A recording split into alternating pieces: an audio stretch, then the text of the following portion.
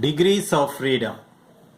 The minimum number of independent coordinates needed to specify the position and configuration of a thermodynamical system in space is called the degree of freedom of the system.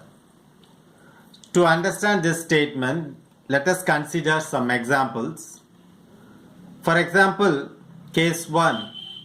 A free particle moving along x-axis needs only one coordinate to specify it completely. So, its degree of freedom is 1.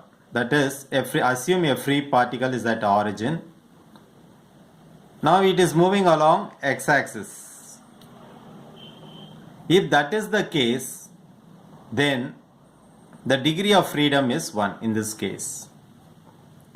Similarly, a particle moving over a plane has 2 degrees of freedom. Suppose if you consider this plane, this xy plane, this is x and this is y, so this will be your xy plane. So this is xy plane. Now assume that a particle is moving in this direction. Okay. To specify the particle moving from origin in this direction, we need both the coordinates x and y coordinates. That means it refers to the plane, which is nothing but xy plane. So in this case, the degree of freedom is 2. Similarly, if you want to specify a particle moving in a space, for example, so this is xy plane and assume that a particle is at height h above. This is height h, that is it is along z axis. So this particle has x coordinate, y coordinate which is located here, and height wise it is certain distance along z axis. So to specify this particle movement right from the origin, we need 3 coordinates. That is spatial representation of the coordinates using coordinates. That is, we need x, y and z. And that is called 3 degrees of freedom. So when it occupies in one direction alone along the x-axis or y-axis or z-axis, it is 1 degree freedom. If it occupies a plane, it is 2 degree freedom. And if it occupies the space, it is 3 degree of freedom. So the third case is a particle moving in space has 3 degrees of freedom. Just now we have seen.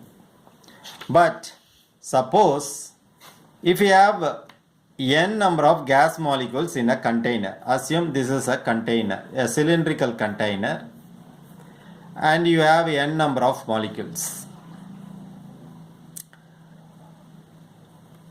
in the container. Then the total number of degrees of freedom is F is equal to 3n. So since it has n number of molecules, the container has n number of molecules, the total number of degrees of freedom is F is equal to 3 times n, because it is going to occupy the space. 3 multiplied by capital N, which is nothing but the number of gas molecules inside the cylinder.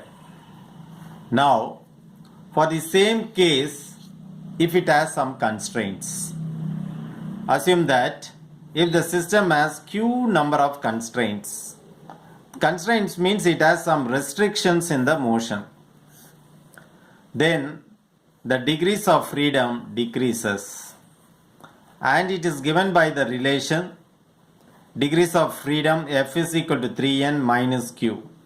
That means you have to subtract the number of constraints from 3n. So in a sense, we have come across 3 types of degrees of freedom. If it is one dimensional along x-axis, y-axis or z-axis, it is 1 degree.